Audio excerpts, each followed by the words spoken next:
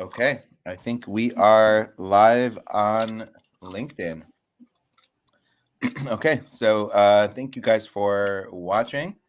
Today we're going to talk about expanding, diversifying off of Amazon, both in the US and in Europe, as well as expanding internationally with Amazon and off Amazon. Wanted to introduce you to our speakers for this webinar. Shayan, can you give a brief introduction on yourself? Yes. Pass it off to Pearl. Thank you, Liran. I've been selling online since 10 years, was one of the early guys at the Razor Group, became one of the largest, or now the largest Amazon FBA aggregator, and led marketplace expansions there. Now went off to start OmniDoc, helping brands to expand across multiple retail marketplaces across US and Europe. Great. Excellent. Looking forward to talking more about different marketplaces and your experience there. Pearl, can you give a brief introduction? Sure. So hi, everybody. Thank you for joining. My name is Pearl Ausch. I'm with Frisbi. We exist to simplify global expansion, especially with Amazon, so that our clients and all of you watching have endless opportunity, especially globally. My experience is I used to sell actually on Amazon as well, like Shayan is saying. A couple of years ago, our company name was Benevolo Gifts. We basically were selling gift baskets mostly for occasions, and we did sell in Europe, and we made a lot of mistakes. Myself and my husband, we ran the business together, so we learned a lot. And with that was your first mistake. Oh my God. The first, exactly. Well said. But yeah, we learned a lot, and we learned how to apply it to everything we do today. So with Frisbi, we took all the struggles that we had, we applied it, and we just simplified the global expansion journey. So yeah, thanks for having me, Liran, and I'm excited to share, what we could do to help. Amazing. Okay, great. So let's talk a little bit about the US market. Obviously, Amazon is the biggest player in the US, but outside of Amazon, everybody knows there's Walmart. Let's talk maybe a little bit, Shayan, about Walmart, and then other marketplaces in the US. Are there other marketplaces that are worthwhile for people to consider outside of, let's say, Amazon and Walmart? Yeah, absolutely. So, when speaking about Walmart, I think the first time we actually with Razor back then started selling on Walmart was in end of 22. And I think we hit like the first million within 18 or 20 days on going there with, 1,000 SKUs of Razor back then. But the revenue traction was not really what amazed me about going on Walmart. It was more being put back into the seat of being an Amazon seller in 2016 when I've started, when the unit economics were much nicer, going from fee structure and advertising competitiveness. And Walmart just offered that right away. And so there was much more leeway, much more risk we could take on a marketing side. But even if it's about the quantities that you want to ship in to Walmart, how many units you want to start with even, that's all really boiling down to the unit economics that Walmart gave us as a brand or with our brands. And, it really boils down to this in the end. And so we used and leveraged this to go fast and to, not burn a lot at the same time. And then eventually built Walmart into, I think, a 20 million account within the first 10 months of running it after that. And obviously, Walmart has made a lot of press about this and went from, I think, 15 billion GMV pre-COVID to what now 100 billion in 23. And I think the potential is right there. It's anywhere between 10 to 20% of the Amazon GMV speaking from a macro perspective. The question there still remains is, how much of that is really 3P versus 1P? Walmart is not really public about that. So there's a lot of questions to ask about this. But overall, I think it's, highly macro-wise speaking, a 10 to 20% increment opportunity for a few brands or a lot of brands. but it depends on the category. So if you're like a high price, high end, I don't know, a toy brand, and you have goods above the $200 range, I think it's going to be very tough on being successful on Walmart. But there's a lot of other 3P channels that can come in there. But that's just my quick intro about Walmart. And my last thing is with Walmart is what is different in with Walmart and with other marketplaces is that the key account is very close to a key account level that you would have in retail. So you would have yearly meetings with the guys at Walmart, and you would set targets. And if you reach these targets, there's actually benefits in for you as a brand, and that can be ad kickbacks, that can be fulfillment discounts, that can be commission breaks, etc. So there's this 3P marketplace environment, but it's very, very much inspired by the traditional Walmart retail business, or general traditional retail business, I'd say. That's just my quick intro and comments about Walmart. Yeah. Got it. And so your comment is generally whether or not you should expand kind of also depends on your category and whether or not that category or price point makes sense for a marketplace like Walmart. Yeah, I think it boils down to the category and to the price point of the brand. So Walmart has a lot of price sensitive customers, let's say, and that is said also in comparison to other marketplaces that allow their customer bases to use traditional loyalty points on the platform and on the 3P platform as well. Speaking of, let's say, Kohl's, Macy's, or Target. For Walmart, this is more about being sort of the price sensitive lower end of the customers that they own on the offline side and they bring off online. But the benefits you get as a brand are not only from selling high priced items or having high priced items and bringing to these marketplaces, but you would generally benefit from Walmart's big infrastructure and retail network in the US as well. That could be store pickups. You could speak about, there could be returns in store that also a lot of other marketplaces offer. But generally speaking, for a low price point brand, it's more likely to succeed on Walmart than not to. I've not seen a brand with high price goods to sell. I've never seen somebody do well on Bloomingdale's and then go do well on Walmart as well. That's really right. Happened. I was surprised. I was introduced to a brand about a week ago that is actually they only sell on Walmart in the US. They're not on Amazon. I think maybe some like resellers might sell them on Amazon, but they're not really on.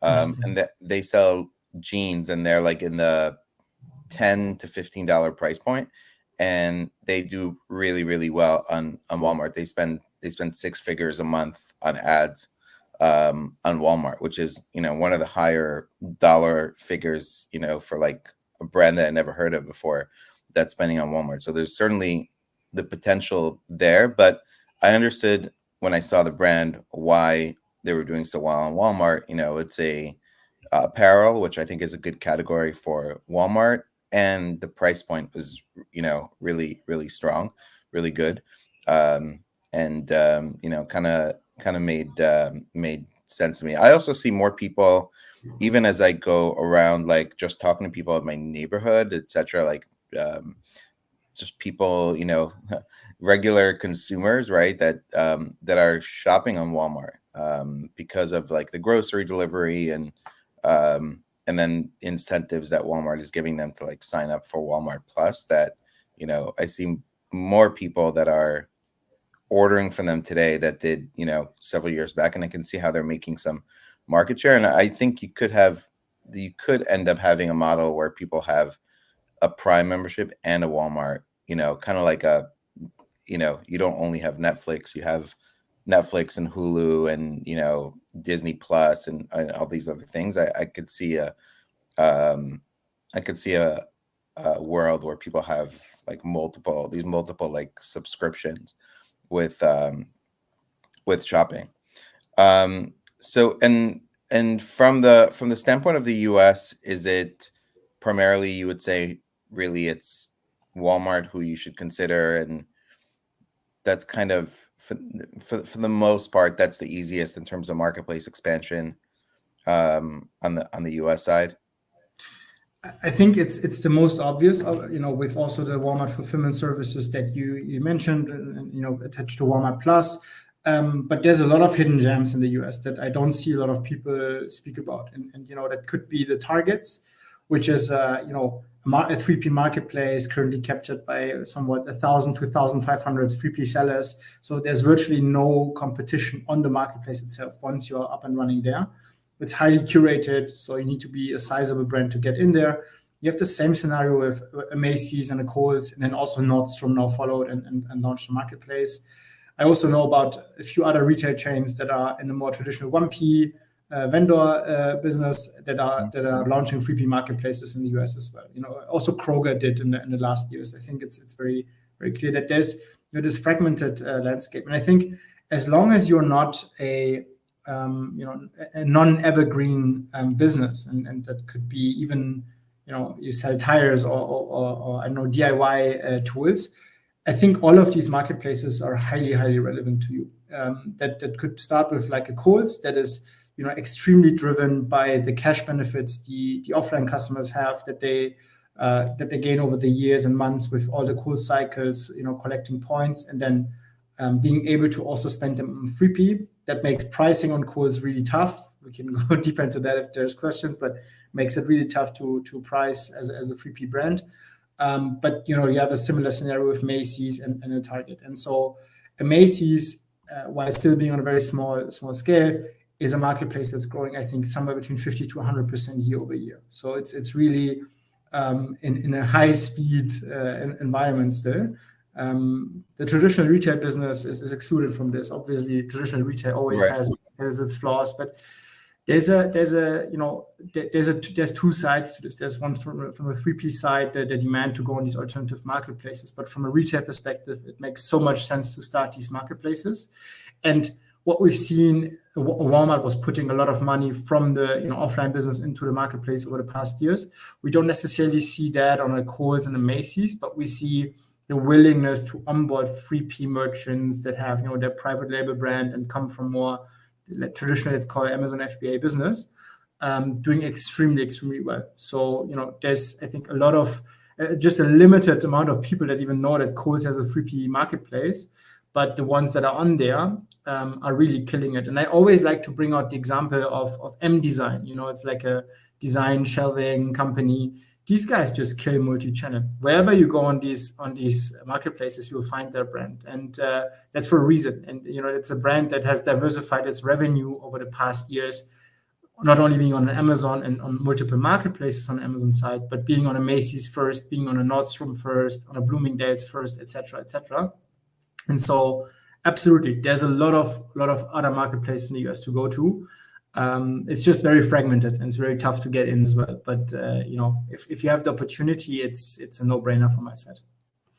Right, and then you also have some specialty marketplaces, like if you're in pets, Chewy, for example, and you have Ulta for beauty, right? You have some of these specialty marketplaces that could be really good for specific niches. I want to jump over into expanding on Amazon, but going into other marketplaces. I know, Pearl, that's something that you help brands do. And do you have a general recommendation of, when you want to expand, what's the first kind of market, or where should you consider within Amazon once you're, selling in the US, and maybe at what point should you consider, expanding outside of Amazon US? Yeah, great question. So for starters, it's important that you are in a place that you feel you reached your capacity in the US, right? And I think Shayan had some great ideas and recommendations. There's a lot to be done in the US. I would say that making sure that you learned, like I said in the beginning, we made so many mistakes as sellers in the beginning. So make sure that you covered all your bases, right? And when you're ready, and typically what Amazon sees on their end and the support that they provide on a more tailored one-to-one kind of level is typically sellers are doing at least $1 million in the US that, okay, this is a great opportunity now to expand further. And I would say the easiest mentally, for whatever reason, for sellers is expanding into Canada. It just feels like a very natural next step. Very similar cultures, obviously, to the US. And they've grown statistically very, very quickly, possibly the fastest since COVID. Obviously, the COVID restrictions in Canada were pretty tight and extreme, so people had to find other resources, and that definitely had an impact on people shopping online. And the numbers keep going up. So people before COVID typically were doing about 10% of whatever sales they were doing in the US. Now we could see brands doing up to 50%. Obviously, 50% is a pretty high number, but comparatively to what they're doing, have in mind, I'm talking from a profitability standpoint and of course a saturation standpoint, has a very big impact on the sales velocity. So regular sellers are maybe not as ambitious or excited to expand globally. They don't know where to begin. It's, I like to give the example of like if I'm traveling overseas, I remember going on vacation to Cancun. I know, Liran, you like going there too, so you can relate to this, right? But the first time we got onto the plane and we arrived, we get this thing to fill out, customs form to fill out. And they're like, do you have over $10,000 with cash, on you? Any valuables? And I remember I'm like looking at my hand, I'm like, my watch, my rings. I'm like, oh my gosh, am I going to get arrested when I arrive here? Right. And, sellers have the same reaction when they're getting their packages to go overseas. It's very similar. You're getting these customs forms to fill out. You need to register for taxes. How do I declare this thing? Do I declare it my value? Do I declare it the value that I'm selling it for? So many questions. And there's an importer of record that Amazon is mentioning to you, and you don't even know where to begin. So what ends up happening is people usually end up giving up before even starting.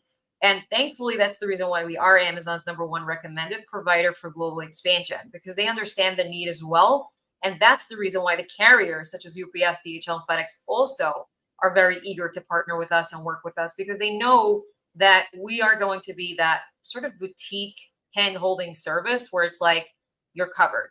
Taxes will guide you. Product compliance will guide you. And these are the things that really steers people. And Canada, we find, is, again, very similar cultures. The market has grown tremendously. And for those reasons, it's a very natural next step. So the process is very straightforward when you're going with somebody that could guide you. And what it would look like is you would, first things first, make sure your product from a compliance level is checked out. Some things that you want to be aware of is, something that has animal derivatives inside of it, or fish derivatives, or hazmat, obviously, certain type of, toys or children related items are things to be aware of that might have a product compliance question. And that's where we could come in and guide you and tell you, okay, this is something that would have to go through product compliance or not. And that's obviously something that scares people away. But if you could get somebody that could just tell you yes or no, and then obviously there are so many general products. Like I'm just looking at my desk in front of me, but like, shipping a phone is not going to be very complicated. Shipping pens is not going to be very complicated. And people are doing really, really well because, again, less people selling there, automatically your listings are going to have less competition. And yeah, people are excited when they know that they're going to be taken care of in that sense. And that's what we aim to do. And there's a natural, like you said, barrier to entry because of whether it's the perceived complexity or actual complexity, right? Like there's a natural sort of apprehension to, get involved with going, cross border. So, and I think one of the biggest questions, and it sounds like this is something you help with, is exactly in a question of, can I sell this product in another country? And if I do sell it, what are those requirements that, maybe that other country has that maybe the US doesn't have. We know that, I know that the US is not as, I would say, the US does not have as strict regulations, right, as places like Canada or places like Europe. So trying to figure out, can I sell this product there and what are the requirements? I think especially if you're selling in food or, health or beauty, right, or supplements. I actually have a product compliance question I'm going to ask you maybe after this webinar. That's something that you help with as well, right? Yes, we help with that. Some of it will work with partners, but we like to call ourselves, we're the accountability partner, right? So if there's anything that we work with a partner, we're holding them accountable for you. So you don't have to start dealing with multiple providers. And I think that's sort of like a relief. It all boils down to education. But just to expand on your question about selling in the US, there's no question that it's definitely less regulated. But then at the same time, Amazon is extremely regulated. So maybe from a shipping or logistics standpoint, they're going to be easier. But be aware that Amazon themselves are going to be very on top of what you are selling, and they can restrict you very quickly. But I will add that there is, from a logistics standpoint, there's the Section 321 method of shipping, which is it's been like a big conversation recently online. I think because of Shayan and Temu, and they've been really leveraging that law. And I wonder what's going to happen, obviously, as time continues with the elections, that I have a feeling that will be something that will be changed. But right. The gist of it is that if you're shipping a shipment that's less than $800 in value, there's no taxes shipping into the US. So sellers are just breaking their shipments into smaller shipments. And we see a big trend in that. So if anybody's bringing in product from overseas, we've seen a nice pickup of people shipping from Canada into the US, or Europe into the US. So that's something we can help with. And if the law is that law, go for it. So people are just splitting their shipments up. Right. Something to be aware of. That's a major tax benefit for sure. And so generally, if I'm saying, okay, I'm going to expand into Canada, am I generally bringing in my goods into the US, and then from there I'm going to ship it into Canada, or is there a better, or does it depend on how much goods I'm selling? Would there be a world where I would ship from China to Canada and separately from China to the US? It's a great question. I will say that now with the new placement fees, things have to be split up, and it's a lot to consider when you need to be shipping big volumes, which is typically what happens from China. Right. You have to ship in usually container sizes is what people are doing. So we do see most people are exporting from the US into those other marketplaces, and taking, leveraging the concept of splitting the shipments up. So our niche is small parcel delivery. We don't do ocean freight, and maybe something down the line, but it's not something that we specialize in. So people are able to ship smaller amounts more often, which is a big benefit, and very competitively, right? So our rates are usually 60 to 80% off the published rates from the carriers. Just the same concept as like when you're shipping with Amazon, you're going to get cheaper rates. But yeah, now with the placement fees, and of course the inventory management that Amazon has been implementing, I forget the right title to that, but you can't have too much volume and you can't have too little volume. So with for those reasons, small parcel has become much more of a needed option. And we also see a trend where Amazon, because of the placement fees, again, are splitting shipments up, and people domestically, which is not our niche, but we're just seeing a trend in it anyway. But for domestic shipping, people are also using a lot more small parcel with the carriers because they need to split it up. And they usually were able to truck in a full shipment, which is also, adding cost on. So we personally don't do domestic options, but if anybody's looking for a good option, I can make a recommendation for somebody that could do some really steep discounts with domestic shipping. So reach out to me through LinkedIn, Pearl Ausch. I could definitely help with that. But that's shipping within the US? Within the US, yeah. Because Amazon is, again, the placement fees. And a lot of I lost my thought there for a second. The reason why is because Amazon classifies a lot of items as hazmat when it's really not hazmat. So I remember in the days when we were selling on Amazon, we were selling these chocolates for Valentine's Day. And I remember it was like this cute little man holding like a tool or something, or it was like the shape of a tool, the chocolate, for Valentine's for men. And they classified it as hazmat because for whatever reason there was the word tool in it. So it was like hazmat. That is not hazmat. That's chocolate, right? Amazon try to get somebody to change that. It's going to take a while if anything changes, right? So there's a lot of demand now for people that are looking for that domestic local option outside of Amazon because they can't ship it with Amazon. Because they can't use Amazon shipping. Amazon shipping. Yeah. Got it. Okay. So Shayan, if I'm expanding into Canada, is Walmart also worthwhile considering within Canada? Is it as, let's say, same process to get approved Walmart US and then also into Walmart Canada? That's actually a really, really interesting question. So no, it's a separate entity basically, and these seller accounts operate completely independently from each other.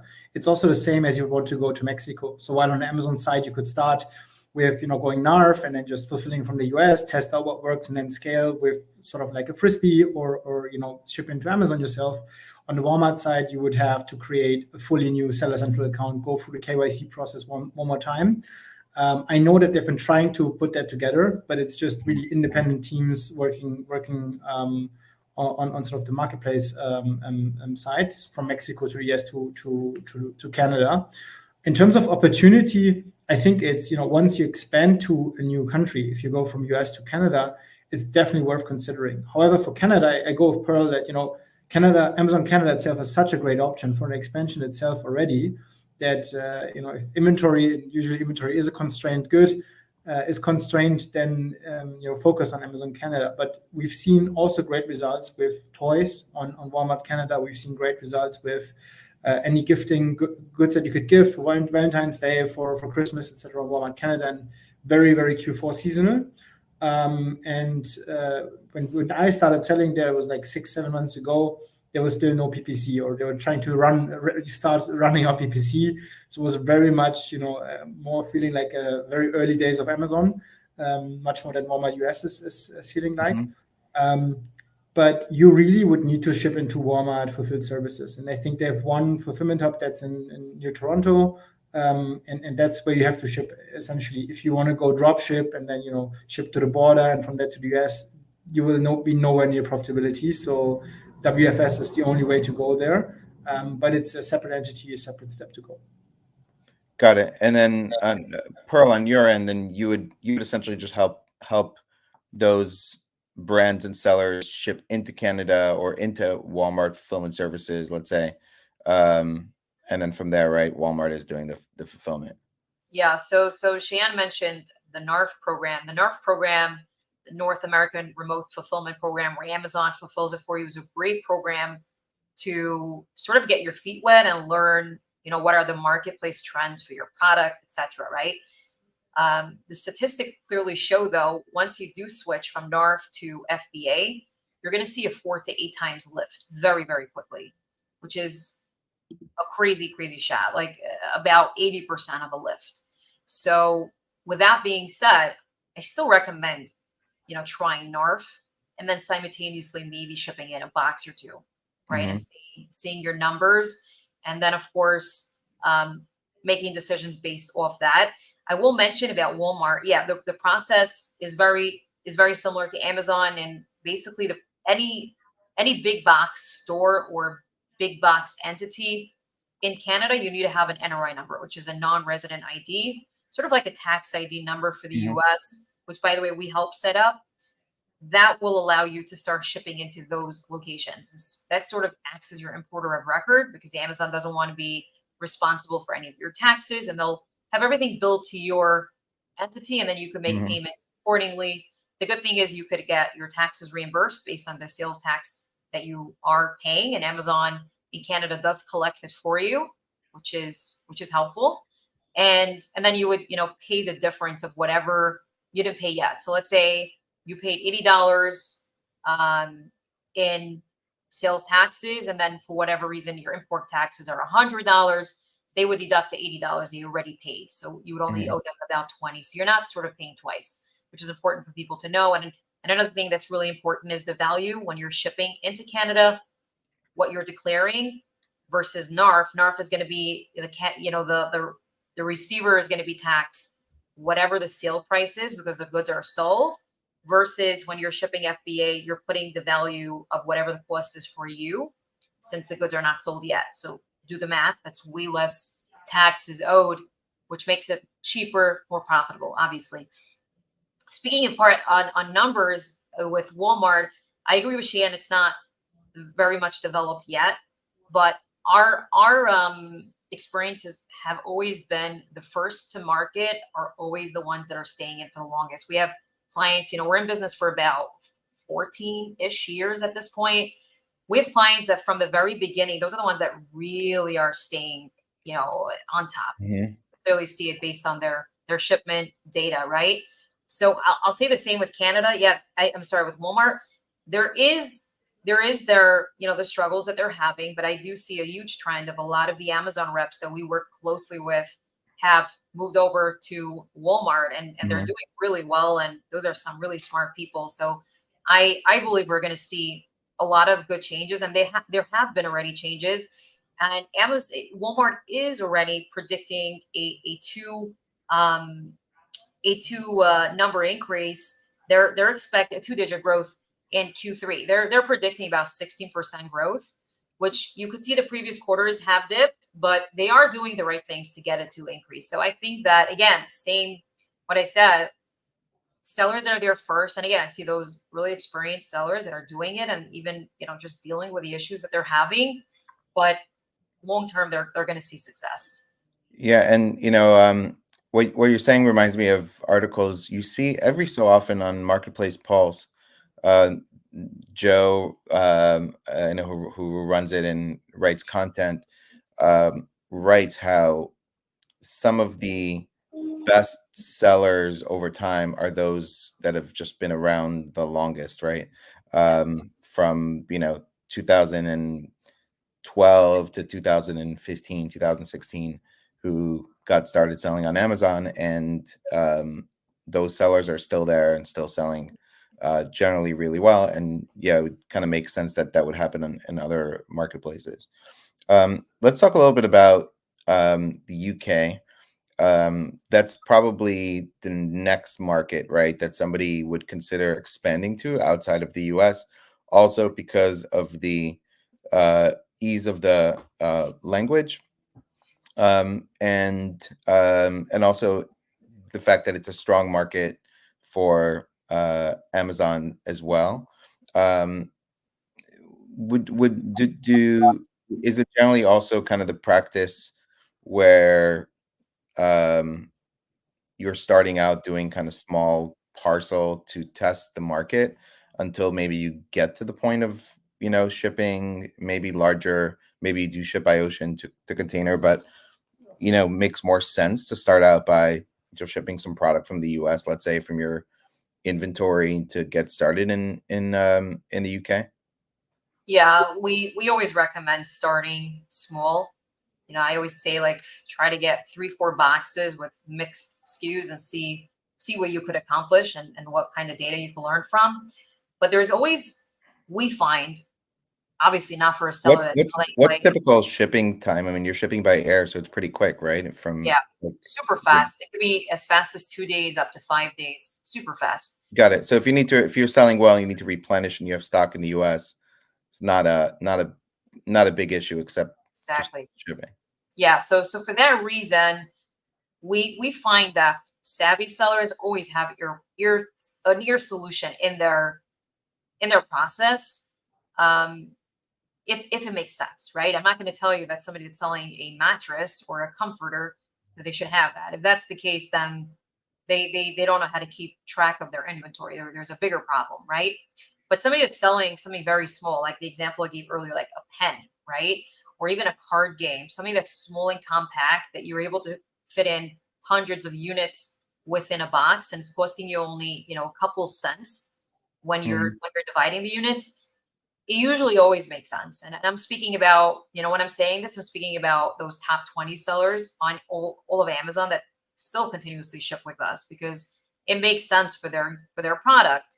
But then I'm thinking about another top 20 seller that's in the apparel industry, and no, his stuff will not make sense. He still has small parcel as a solution within his process, but then again, it's not as often.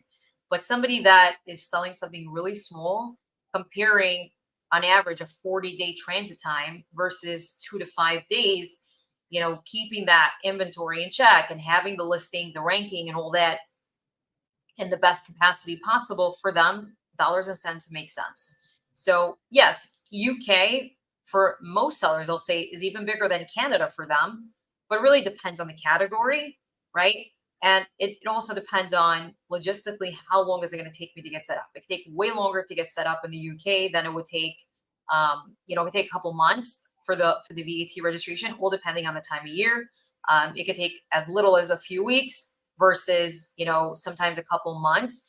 In Canada, it could take as fast as a week or two to be set up. So you're talking about, it's all about timing. At the end of the day is money. So, and of course, category, right? So, and then moving to Japan, I see somebody on LinkedIn made a mention about Japan. For some sellers, Japan is even the biggest marketplace for them. But then again, it really depends on what you're selling, and their product compliance levels are absolutely crazy. But again, having the knowledge and knowing what is and what isn't allowed is going to be a game changer for you. So okay, where do I actually stand in all of the expansion? So yeah, it's all about learning and educating yourself and knowing what's going to be best for my business. And is the best course of action if I want to expand further from the UK now to the rest of Europe, which is now kind of separate, right, because of Brexit? Would I then send inventory from the UK to, let's say, Germany or another one of the European countries, or am I generally going to just send that directly from the US? Am I sending US to, let's say, UK and Germany, or does it make more sense to kind of get it to the UK and then from there just ship some inventory over to, let's say, Germany to be able to fulfill in other countries? Great question. So we found that Amazon recommended this as well over the time that we've seen how we're operating with setting up those clients. We find that yes, it is best to ship to the UK and then also to another country within the EU. And mostly we see sellers shipping into France or Germany. Germany is very complicated when it comes to customs. So we recommend doing it through the Netherlands, which is a very seamless option. But France is doing a pretty good job. But it is best to be able to go through Germany, and somehow the operation from Amazon is a lot more sophisticated. It's larger, and the German marketplace is the largest over there. So automatically you do end up seeing the sales impact if your inventory is closer to your customer. So we recommend going through there. But then for France is also pretty viable. We see a big trend between people shipping to France and the UK. Like that's the setup we see a lot of larger sellers going with. Got it. And then from there, from France, you then have your products on Germany, Italy, Spain, Germany, Italy, Spain, and France, Poland and Italy. Poland, and Italy. Shine from perspective of other markets in Europe, let's say in UK. What are some other viable marketplaces? I'm working on a product that is actually made in the UK, and then from there we're gonna. So Pearl, I want to talk to you about that because it's made in the UK. The main market we're actually going to start with will be the US, and then we also want to sell it into UK and in Europe. And we're looking to get it also into some retailers in the UK. So somebody just told me about a few different retailers that are worthwhile to get it into in the UK. But I was wondering from like a online marketplace perspective, like when it comes to Europe, are there other, outside of Amazon, are there other markets? How is Walmart there? And then, I imagine that there's other markets that are worthwhile considering within Europe. Absolutely. Yeah. So to answer that, just a quick, step back on sort of the macro. How do we split up alternative marketplaces that are non-Amazon in general, right? There's this generalist marketplaces like Walmart that, basically are very broad and allow all sellers to come on. There's regional marketplaces that have just, they are the main marketplace in just a different region. The probably most known one is Mercado Libre in South and Latam. But this really much applies to the EU as well, which I can explain in a second. And then, the last piece is sort of vertical champions. So you have a Home Depot, for instance, is a more 1P model, but being, Right. A vertical focus on a DIY category and tools, etc. And in Europe, the thing is you have this in all. So you have the regional champions that are just 6, 7, 8 times bigger than Amazon there. The regions where this applies most is the Benelux area, so the Netherlands, Belgium mainly, which is bol.com. It's around 6.5, 7 times as big as Amazon over there. What's the website again? bol.com. It's so funny. BOL. Nobody knows it. It's but it's even in Germany. Like the majority of sellers don't know it. But it's traditionally just the largest marketplace that has been there since the 2000s and has just grown with sort of the particularly in the Netherlands. While Amazon was able to grab some land in Belgium, in the Netherlands, it doesn't look like there's really potential for Amazon to grab. Another example is Allegro, which is 15 billion GMV, so it's half of Amazon Germany, and it's for the CE region, which means Poland and sort of more East Europe side. And so you have these regional champions that are just dominating in particular countries. Then you have vertical champions, and that was, and up until now, a lot in the fashion space with Zalando and About You and ASOS in the UK as well, just dominating sort of the fashion landscape. But you now see all the DIY retailers in Europe also launching marketplaces. And that really goes from the EU, you could say in Germany, which is Hornbach, Bauhaus, or Obi, which are sort of the Home Depots of Germany, to also B&Q, Kingfisher in the UK. So you could look up DIY.com, which is basically one of the largest, retailers, brick and mortar, basically for DIY and sort of the construction vertical.